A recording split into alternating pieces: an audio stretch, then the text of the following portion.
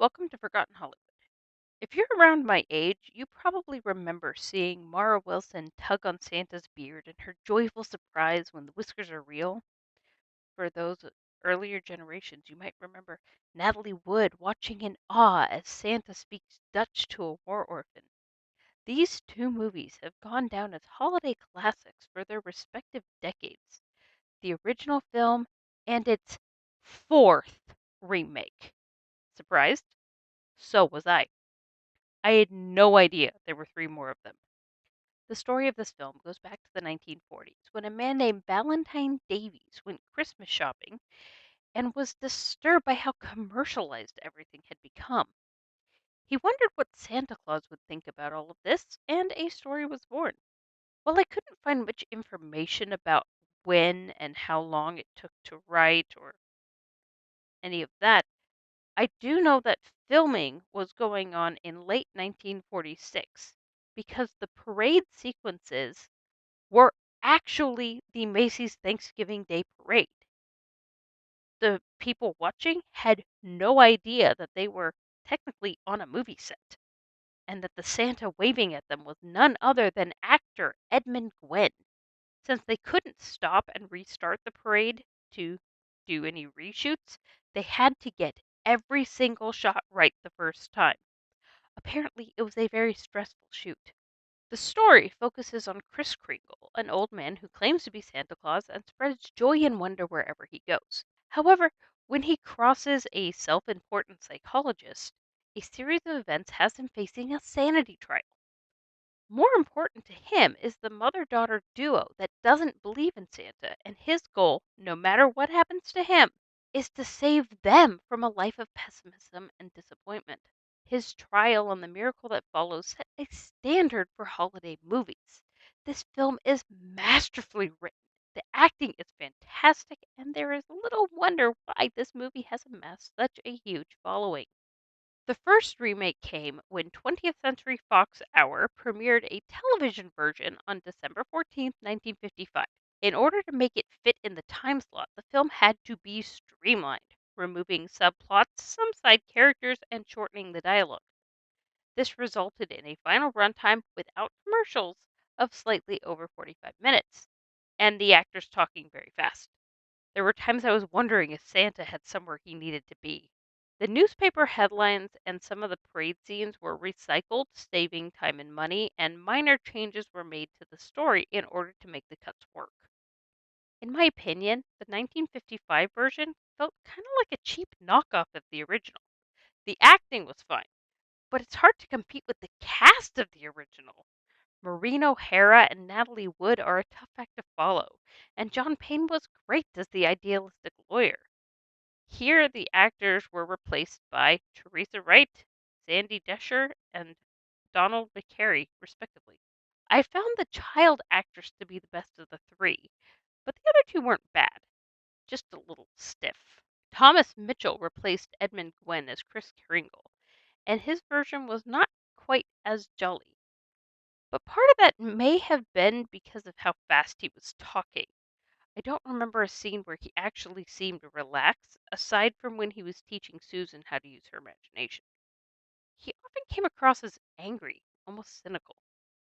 My favorite characters were Hans Conried as Mr. Shellhammer and Ray Collins as Judge Harper, they being the only adult actors that talked at a normal tone and speed. Overall, it felt like exactly what it was, the Cliff Notes version of the original. A second TV version aired the day after Thanksgiving on November 27th, 1959, as part of NBC Friday night special presentations. This one cast Ed Wind as Kris Kringle, which was a good choice as he is known for playful roles, such as Uncle Albert in Mary Poppins. Joining him in the core cast were husband and wife team Peter Lind Hayes and Mary Healy, who played the roles of Fred Gailey and Doris Walker. Rounding out the cast was young Susan Gordon, who was only 10 but already getting established as an actress, and had just starred alongside Danny Kaye in The Five Pennies earlier that year. Where the first remake was a near carbon copy of the original, plot wise, the edits being only minor alterations, This one made several changes to the original script, most notably that Chris had left Macy's after he was mistakenly fired, causing a mad search all around New York to get him back for the children.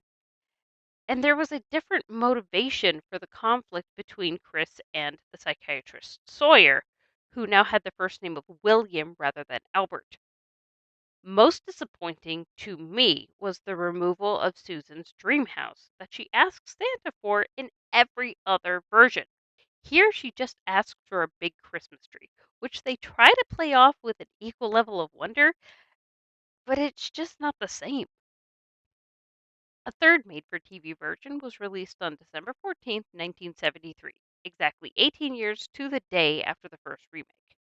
Opening with colorful lights and a chipper song about believing in miracles, it felt like a lot of other movies I've seen from that era. This time, the Santa was played by Sebastian Cabot, who is no stranger to children's programs.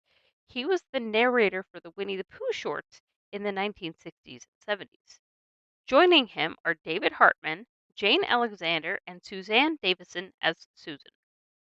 Several character names are changed in this one, such as Fred Gailey becoming Bill Schaffner and Doris Walker becoming Karen Walker, but at least Susan is still Susan.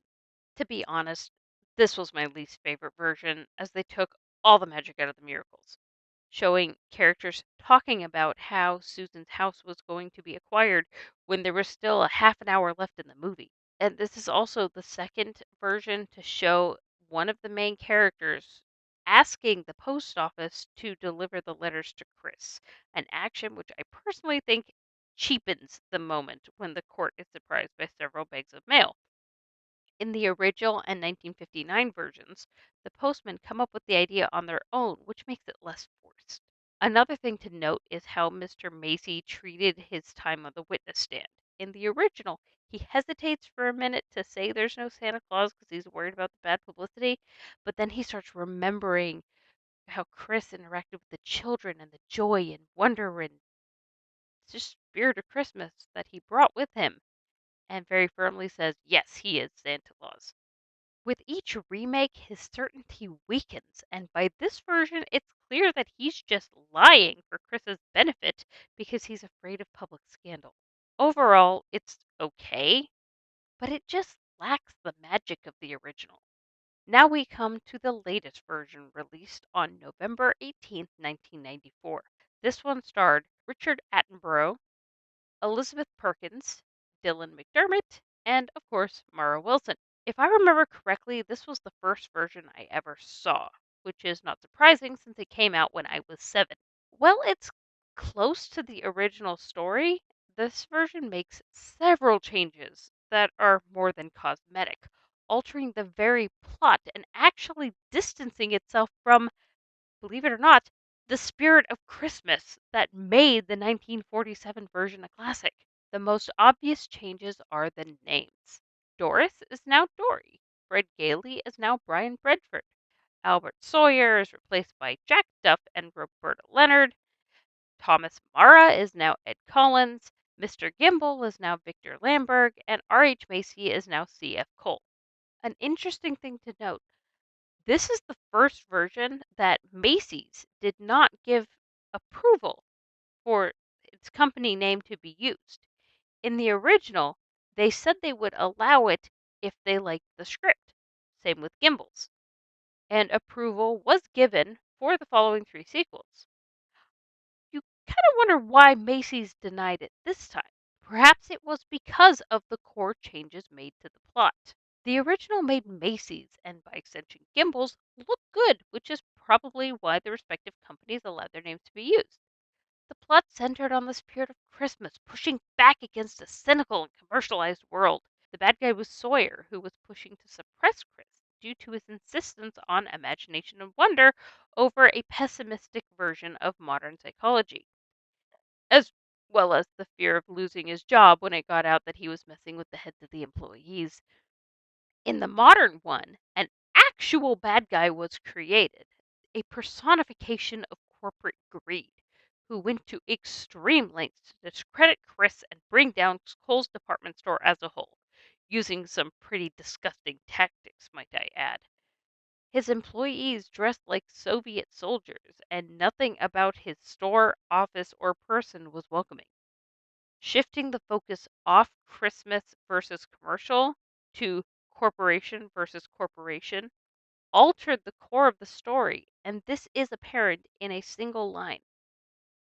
In the original and every other version that has kept the scene in it, a grateful mother says, "Imagine a big outfit like Macy's putting the spirit of Christmas above the bottom line." But in 1994, that character says, "Putting the parent ahead of the bottom line." That shifts the focus off the holiday and onto the almighty dollar. Fitting that a dollar bill was used to trigger the conclusion of the case rather than the letters to Santa, as it had 4 times before. Am I saying the remake is terrible? No. I enjoyed it as a kid. I know many other people that love it. I just think, like a lot of other remakes, it misses the point and the magic that made the original what it was. Christmas is more than just a day, it's more than a shopping season, and it's more than a man in a red suit. Much more. Thanks for watching. Which version of Miracle on 34th Street do you like best? Let me know in the comments, and don't forget to like and subscribe. Click the bell for notifications, and I will catch up with you next time.